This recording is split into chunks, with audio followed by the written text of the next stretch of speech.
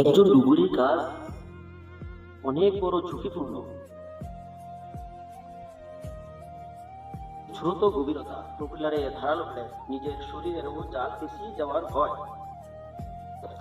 প্রপিলারে জাল, ডুবুরির নীরব লড়াই।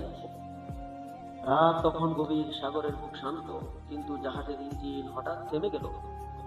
ক্যাপ্টেন, ইঞ্জিনিয়ারের টেনশন। প্রপিলারে জাল পেছিয়েছে, চারদিকে শুধু অন্ধকার, পানি আর নোনতা হাওয়া। ডুবুরি রশি বেয়ে নামলো সাগরের নিচে। ইঞ্জিন বন্ধ, প্রপিলার স্থির, তবুও ভয় কম নয়। উপরে সবাই নিঃশ্বাস আটকে অপেক্ষা করছে। হঠাৎ রশিতে টান, সংকেত এসেছে কাজ শেষ। ডুবুরি উঠে এলে কেউ কথা বলে না, শুধু চোখে স্বস্তি। ইঞ্জিন চালু হয়, জাহাজ আবার চলতে শুরু করে।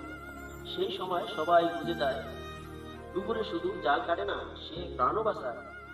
অন্যের ক্ষতি নয়, বিপদ এড়ানোই তার কাজ। সাগর বড়, কিন্তু মানুষের দায়িত্ববোধ না থাকলে সাগরও ক্ষমা করে না, নিশ্চিত। প্রপিলারে জাল পেছালে শুধু ইঞ্জিন থামে না, ঝুঁকিতে পড়ে মানুষের জীবন। একটা জাহাজে অনেক বড় ক্ষতি হয়ে যেতে পারে।